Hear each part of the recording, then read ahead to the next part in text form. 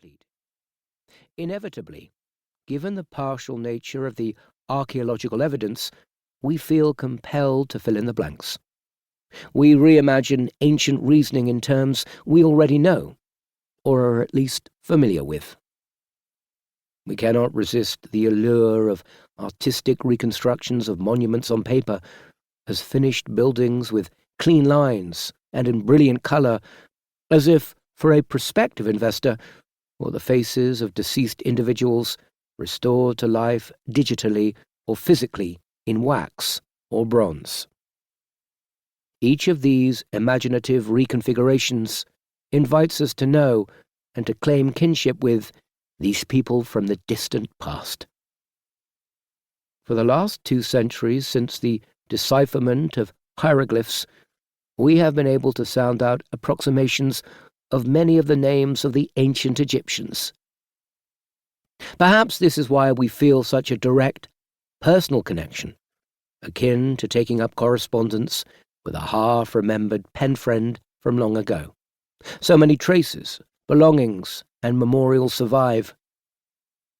When most of these inscribed objects were first closely studied in the early 19th century, it was imagined that they would divulge the secrets of their owners, like a candid, first-hand autobiographical account. Alas, most hieroglyphic texts turned out to be highly formulaic religious writings and didn't provide the insights scholars so wished for. The scientific examination of mummified remains is largely framed in the same way today. Our desires remain rooted in voyeuristic curiosity. Ancient Egypt is consistent.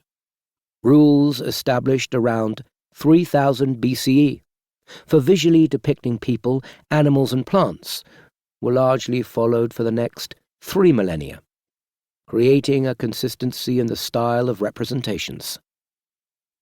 Ask a random passerby almost anywhere in the world today to identify a pharaonic image, and they will likely be able to. So strongly distinctive are the set of visual cues and well-known motifs, it could almost be assumed that the ancient Egyptians adopted a cookie-cutter approach to their art. But try as we might to interpret the surviving evidence objectively, it is inevitable that we write our own histories rather than those of the actual ancient Egyptians. And perhaps this is why they are so enduringly popular. They appear safely strange, but also deeply familiar. We feel easily able to gather their names and images from social settings, often separated by hundreds of miles and thousands of years, and create something that appears to us coherently ancient Egyptian. We play dress-up with our own idea of pharaonic culture.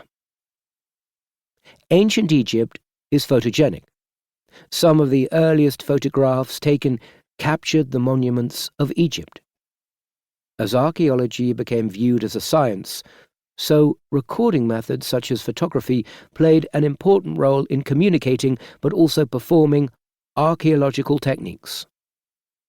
Often highly stylized, editing out evidence of the living inhabitants of Egypt, photography has a particularly problematic tendency to isolate and romanticize pharaonic monuments, presenting a partial view as an objective truth.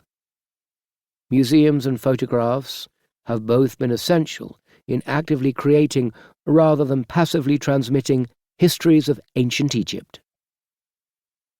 Ancient Egypt is a lucrative brand. It sells. More than any other ancient culture, it is associated with ostentatious wealth and excess. This is partly a symptom of the fact that the remaining evidence overwhelmingly relates to rich dead people. This doubly skews our vision of the ancient past. Most people living in pharaonic Egypt could not have afforded elaborate mummification or monumental tombs. And the objects and ideas expressed relate to idealized ambitions for eternity and are not accurate time capsules of the realities of life. Despite what archaeological rhetoric... To keep listening to this audiobook for free, click the link in the description.